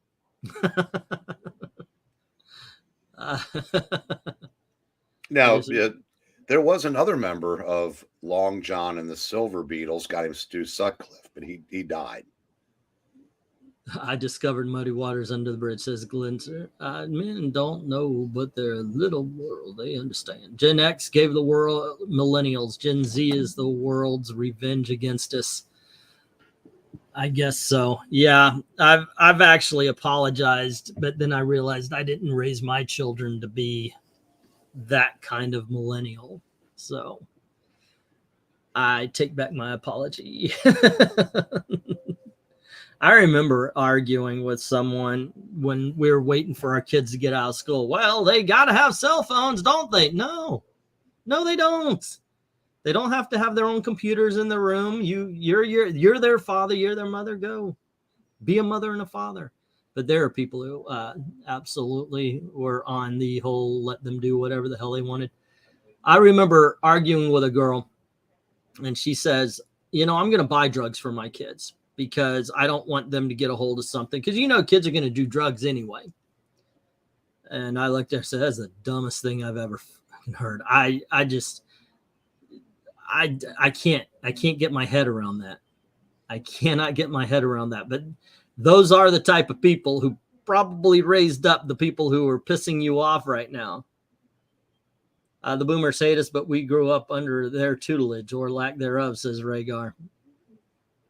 Yeah, my dad was raised country. My granddad was. I was partially raised by my aunt and my grandmother, both very strong country women. And my dad was an Army Ranger. He was a lieutenant in the Army, went through Ranger school. He was very practical. And we got, like if something upset you, you have 3 days to bitch about and cry about it. Then you've accepted it. If you're bitching and you're crying about it on day 4, you've accepted it. So shut the fuck up. You got to change it. You know, you're the one that's going to change it. You can't make other people change. You got to do something about that kind of thing. I also had my sweet, sweet little granny. I came home. I was chased home. And I was rushing in. She's like, well, don't you run through my house. And I said, these boys are chasing me. They want to beat me up. And she basically gave the next time that happens, you're either fighting me or you're fighting them. So that's the sweet lady. Love her to death. Took care of people. She was loved by everybody in the neighborhood. It's really nice. But that's kind of people I got raised by. If Generation X really if Generation X really took the reins. I don't know how that would have been. I think we were in a position like our time was very easy. What's the maybe we're the soft men who created the trouble, and the trouble is the millennials. I don't know. No, I think that would have happened regardless, because that's basically what higher education has produced. Yeah. Yeah, my parents really didn't. I mean, they did. We weren't rich. They didn't. They made sure that we didn't know we weren't rich. They made sure we didn't really feel poor. Christmases we hadn't. Even when we were in a little one-room shack in Tampa Bay, we had a great Christmas. My mom went to the dollar store. You know, we got marbles. We got those little balsa wood planes you could throw. We had slinkies. We had a lot of toys. I mean, and it probably cost my mom about $20 just to get us 10 presents each. And she got us a big present. And also my used big wheel. And she got me, I swear to gosh, I was told it was a girl's toy. I don't give a fuck, but she got me a lemon twist one year. And I used to run with that thing on my leg all the time. For those of you, it was that don't know, it was basically a big old plastic tube and on the end was a lemon that had little rocks in it. So when it spun around, it made a noise. And basically it was like a jump rope. You spun it, and with the other leg, you jumped every time it came around. Well, I got to the point where I could run down the street with it on. So yeah, I wore that thing everywhere. It was like a great exercise. All right. Christopher Barks, all right, I'm gonna bail out of here and go laugh at Gina Carano's crappy film flopping. Yeah, I heard about that. That's the dumbest thing I've ever heard. Some dumbass put up a Twitter a tweet talking about, oh, that movie only made $804. It was at a fucking premiere, you donkey. How seriously? It's like, and my tweet back to her was, tell us you're a dumbass by telling us you're a dumbass. It was a premiere. It was supposed to go on to the Daily Wire streaming service. They had a premiere. Some people were invited and some people paid. What a dumbass. What a tarara boom da. The greatest generation was my grandparents' generation, and they were awesome people, says Jay. Mine too. Let's lemon twist again, like we did 40 summers ago. It's as an elder millennial, I was outside with my friends all the time. As a kid, playing baseball, riding bikes, etc. We also played video games. But kids, oh my gosh, my daughters! I told them to go outside once. Go outside and play. And I look out the window, and they're just literally standing by a tree talking. And I watched. Are they going to play? I bought them bikes. Go ride the bikes. Those bikes just stayed in the freaking garage. Yeah, so I get it. I get it. Let's see. What join the conversation here, Eric. What was something that made your childhood great? That's a good question. I gotta go in the Wayback Machine for that. Oh, all the way back to the 60s, right? Yeah. You know, my childhood was pretty nondescript. I mean, played a lot of youth sports. But there's so we were straight up middle class. So Christmases were fine. Birthdays were fine. So Dad was around till about 5 o'clock. Then the bars opened, huh? Okay. But I said he never didn't provide for us. I mean, never got in the way of his ability to take care of his family. Yeah, he just wasn't there. Look, we weren't a poor family all the time. That's something, I've said that, and it's true more for my younger years than it is for the latter years. But we always had family support. My dad eventually, he got some good jobs. He ended up in restaurant management for a while. And then, of course, my mom and dad, they both went back to school, got their CPA degrees, and boom, we're okay. So it wasn't like my entire life I'm freaking living the pogo life, or what was his name? Smitty, Snuffy Smith. Snuffy Smith. Yeah, well, it wasn't like we had that kind of existence or anything. Yeah. After a while, we did become more middle class. Yes, but that was my childhood. That was late teens. Mm-hmm.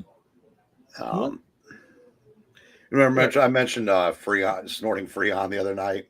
Yeah. So because MK's bringing that up, because I said the other night, I can only imagine how deep his voice would be with that. Yeah. But no, I said, like I said, it was childhood. I mean, there's, the only thing, we were a one TV family, so there's the old story about get up every Saturday morning and eat our cereal and go watch cartoons. That wasn't me. We had not whole baseball during the summer and like youth basketball during the winter. Yeah. I'm sure there was some cartoon watching, but I honestly none of them stand out. I mean, I listen to some of the other fossils, and they're always talking about watching cartoons on Saturday. I said, I must not have. That was my existence, Saturday mornings. You talk about not whole baseball. I remember as a kid, I would go watch Little League games, and that actually carried on. And when I would be like, oh, there's a Little League game, I'm going to go watch a Little League baseball game.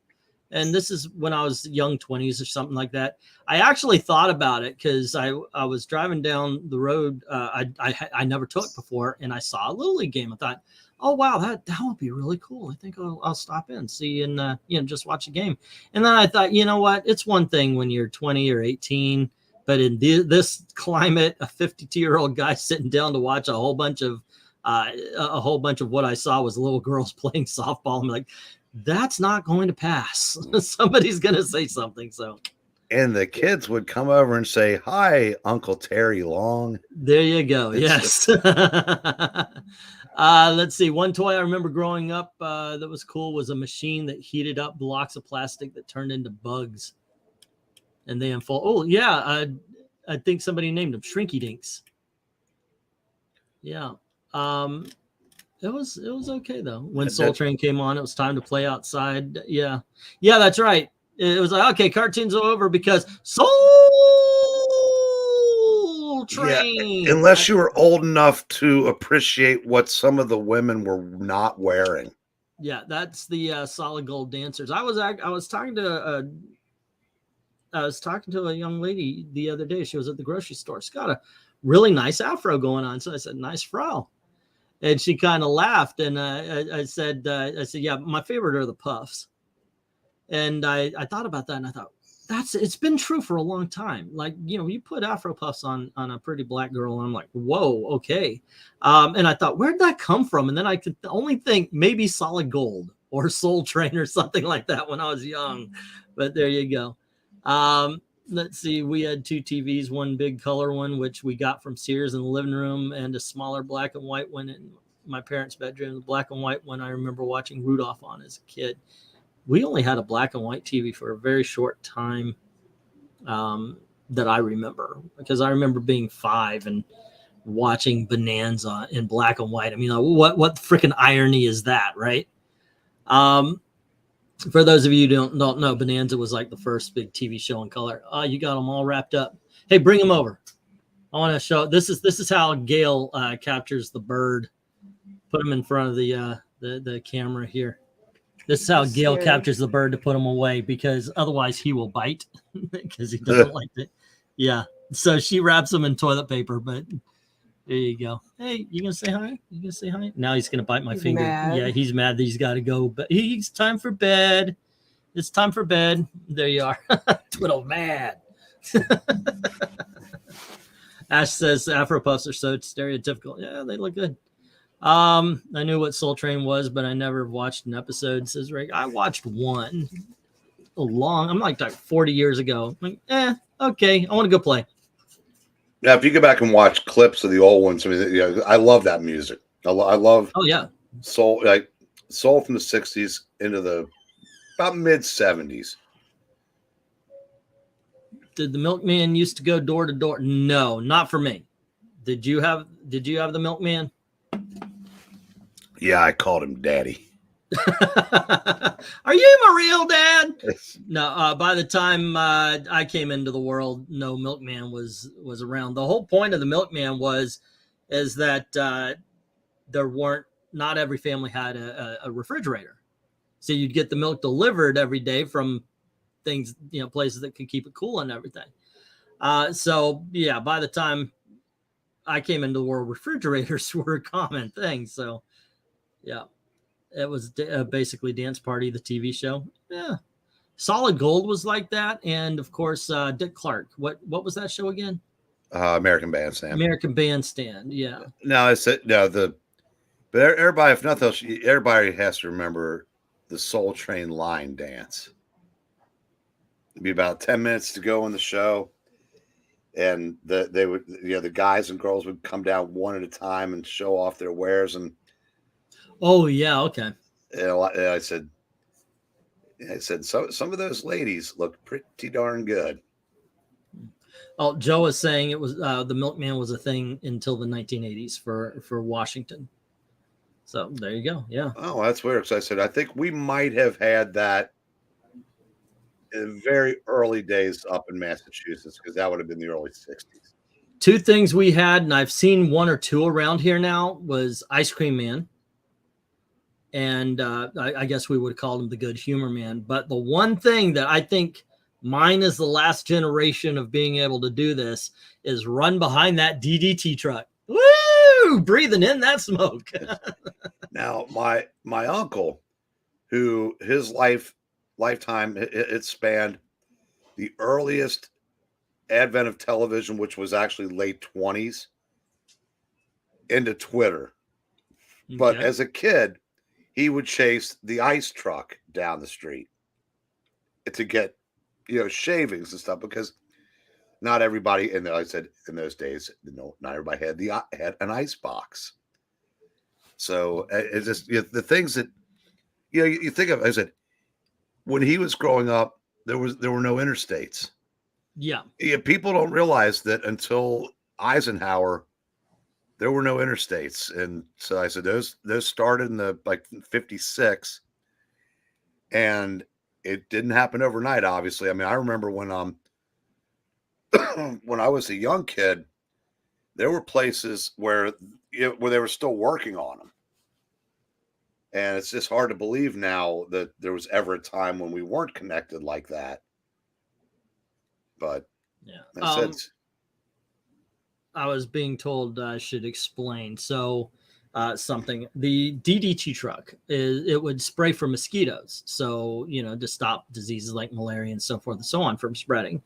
And it would be this truck, and literally it's just emitting the I don't even know if it was DDT, but it was like I think it started off that way, but it's this fumigation kind of thing, just spilling smoke out.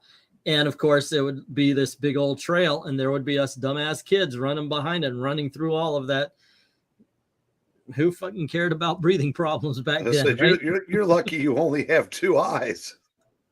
I know, right? And my kids. Let's see. Not sure about anyone else, but when I grew up, we had a knife truck and was a red sharpener come by every so often. I never saw a truck like that, but of course there was a shop that would sharpen your kitchen knives and such. Geek Hero saying, as a young child, my family had one TV, but every Friday or Saturday night was a blockbuster trip, and of course cartoon Saturday morning. Now this has nothing to do with this, but it has to do with knives. When I was working one of our stores in one of the Phil's Records, it's hard to have a no solicitor sign on your door when you buy used. Mm-hmm. So we would get the people coming in and trying to sell crap, and it was usually it got to the point where they would walk in and you would just point to the door. But I had this black girl comes in one day, and it's only relevant to the story because she comes and goes, I'm selling a set of OJ souvenirs, and she opens up a 12-pack of knives. And I just said sold. Yeah, just for the line alone. Now they ended up, I never took them out of the trunk of my car because I don't cook much, so I didn't need them. And I was thinking, if I ever got pulled over for suspicion of something, and they pop the trunk and just see all these knives. There was somebody who cut up a young lady in the, look at this. Yeah, because I know what a Velveeta is, but not a Rotel. I'm sure that by that time they'd fallen out of the pack. They were just like laying around. Because I remember I was trying to find some in my trunk one time and found one of the knives. Ouch. I got pulled over on a date with a black girl. And I had a butterfly knife. And so they were patting me down. Do you have any weapons? I said, yep. I ended up going to jail for that. I got pulled over once and didn't have my driver's license on me because I'd left it at the house where we were using it to make fake driver's licenses, and we needed something to use as a model. I had a taillight out. I was drinking, and the cop goes, "Have you been drinking?" I go, "Of course. Notre Dame USC was today." And the cop just kind of puts his head in his head and goes, "Can I see your license? Do you know you have a taillight out?" Yeah. And he finally just goes, "Yes, there's no way this guy's too fucking stupid to go home." He just threw up his hands and let me go from all of it. Yeah. The officer, by the way, I'm being asked, you got jailed for having a knife? Yep.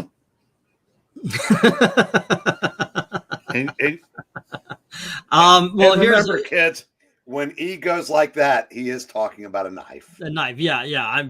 I have no illusions. Trust me about that. I look down all the time, and I'm not fat enough not to see that. But this guy was out for me. I don't know. I don't know why, but he came up, and when he looked in my window, he figured this boy's going to jail. It was just one of those situations. You know why I pulled you over? No. Yes, you do. Tell me. It's one of those things. And he told me get out of the car, immediately slam me onto the trunk. This is not a situation where this guy was going to have any kind of conversation. So he asked me if I had any weapons. I told him yes. I had a butterfly knife. I got it at the Dirt Mall. The Dirt Mall is a poor person mall, which usually is like a flea market. And it really wasn't that big, but it was over the limit. I think it was like you had to be 6 inches now. Anyway, but it had to, and it was a little bit longer than regulation, and I got taken in for it. Here's the big thing, and this is part of the story. I didn't even know I wasn't supposed to do this. I had to wait in the back of the cop car while my date's mother came and picked her up. So I had just met her for the first time, maybe a few hours ago. She picks up her daughter. Beautiful girl, by the way. Freaking eyes like nobody's. It's like when you have this girl, she's just got a lot of white on the eyes. It just looks a lot better, like kind of Susanna Hoffs and Bengals. Yeah, imagine that, but on a black girl. Okay, anyway. Very beautiful girl. So the mother comes in and she looks and she's laughing. She goes, I swear to gosh, I've never had this happen on any of my daughter's dates before. So I go, I get to jail, and of course you can call. By the way, that one phone call thing is bullshit. You can make phone calls all you want. So I'm trying. Okay, gotta call my parents. Hey, can you come pick me up? They're not home. Okay, let me call now this is before cell phones. Call my cousin. Hey, can you pick me up? No. Okay, is your mom there? Is your dad there? Is somebody there? Nobody but him. He can't pick me up. He's got a no car. Okay, so I call my other friend. Can you come pick me up? Nobody's home. So I call my girlfriend's mom. I called my girlfriend's mom. I need a ride from jail. She pulls up and she is laughing. I mean, God bless her for it, because she was laughing her ass off. I wanted to take you home because I want to tell you how stupid it is. So to call your girlfriend's mom to have you pick her up, not from jail, by the way. It was 33rd Street fucking prison. And she wasn't mad, and I still dated her daughter a couple of more times. Was this okay? You were stepping out on your girlfriend with this other girl? No. So the girl that you'd been with when you got pulled over, the mom ended up coming and picking you up? Yeah. Mm-hmm. Okay, because you said you just met her a couple hours earlier. Yeah. Okay, so like within 6 hours time, I meet the mother of this girl I wanted to date, and then she had to pick me up from prison. Okay, because I was saying, if it had been a different girl's mother, that would have been real balls. Yeah, but that would have been a story that was dipped in brass. Yeah, it was. I don't know. I do stupid things like that sometimes. Now, on a lesser note, I was at a company meeting. I worked at this movie theater, Cinemark Theater here in Orlando as a projectionist. And I didn't even realize this. This is the way I think sometimes. But I don't like these meetings because they don't mean shit. But the boss just freaking railed on me. This was after I freaking put the reels on Outbreak. So we're having this whole freaking meeting. His name was Dave. He was a dick. He's dead now, thankfully. But he just rails on me for like 5-10 minutes. Just, no, I can't bro this. And so we go about, they talk about other things. And then he says, anybody have questions? Say, yeah, don't I have a race coming up at some point in time? And the other projectionist beside me spit out his freaking drink. I'm like, what? I don't even understand what I did, and he had to tell me. But there you go. Englentine always had a girlfriend. He must have been a stud in his younger days. Not necessarily. I don't know. I don't think so. Hey, Gail, was I a stud in my younger days? There you go. My wife does not believe I was a stud in my younger days. Actually, she's just saying I was a nice guy.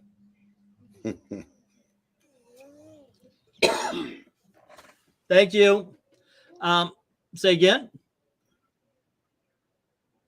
One thing though is I do know how to talk to women, but the thing is when you're a teenager and you weigh maybe $105 soaking wet, carrying a brick, and most of that weight is the brick. It's yeah. I mean, I had a lot of girls I hung around with, and I dated a lot of girls. I wouldn't say a lot. I guess a handful. But yeah, I wasn't a deal closer to tell you the truth. So yeah, I don't know how you would say that. Doing time with Angleton is a new meaning, given the knife story.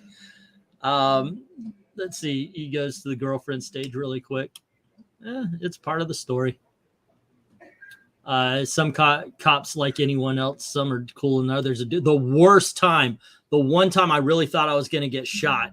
I was on I-4 here, just coming home from work. I worked at Disney at the time, and this guy starts flashing his lights and everything. Yeah, he's flashing his lights. And I'm like, what the freaking hell? So he turns on his bright lights. I adjust my mirror because I'm not going to have it in my face. The jackass wants to put bright lights on. Let him have the freaking lights in his.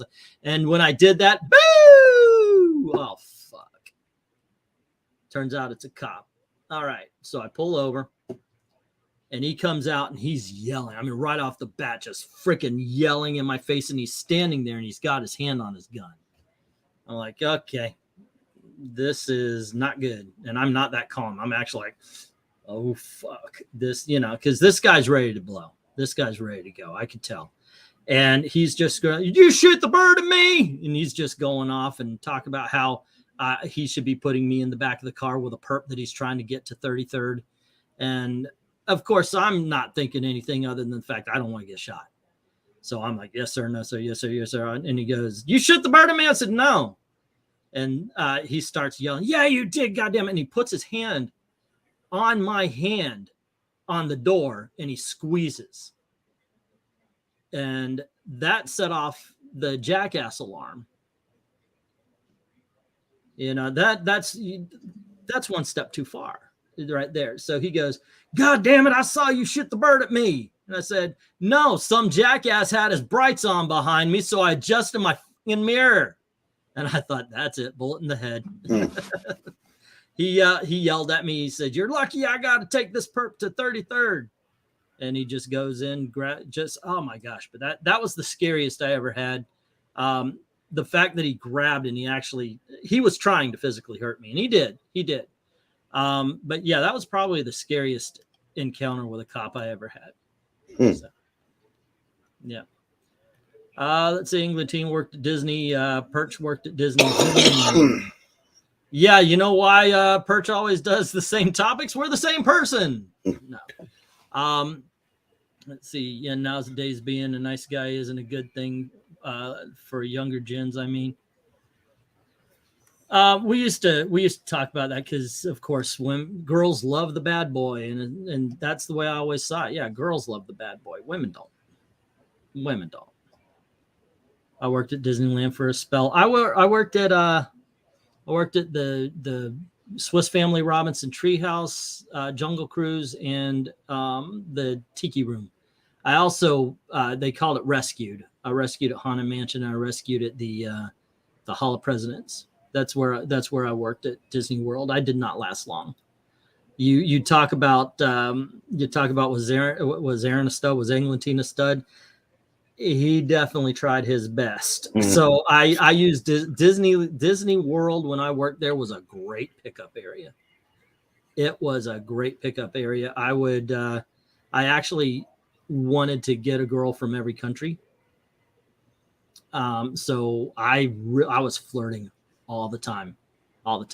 And one time I did have a girl put their a card in my pocket with their number in the whole 9 yards. Went to meet her. She was Canadian redhead, kind of cute. Okay, we're making out. And I tell you what, I put my hand down the small of her back, and I swear I felt a little tuft of fur, and it was like Oh, wonk wonk. Okay, yep. Let's cross Canadians off. Yeah. Anywho, obviously, I talk about anything on this channel. Okay. So. Speaking of, I gotta get the. Why don't we call it before I actually say something I did criminal? Let's call this a night here, guys.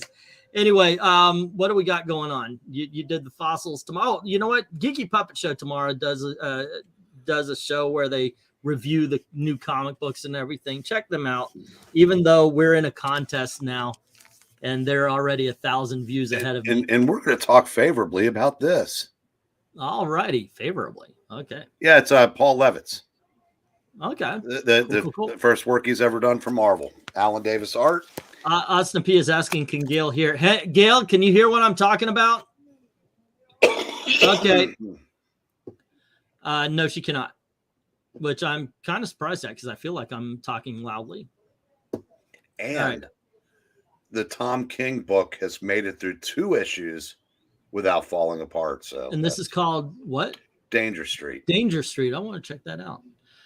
If you don't mind helping out the channel, guys, Ko-Fi, link in the description below. Maranya just put one up there. Certainly appreciate everything. No, she was a pretty girl. She really was. She was a pretty girl. She was very nice, but it just, I don't know, that just did something. But yeah, check that out, guys. And thanks for hanging out. Thanks for hanging out. On Saturday, we're having an auction. All the books you saw here will be in the auction, as well as some of the leftovers from last week. And once again, Ko-Fi in the link below. Thank you to everybody who's already done that. And to everyone, all of the true believers, thank you very, very much for watching. Have a good night, kids. Good night, kids.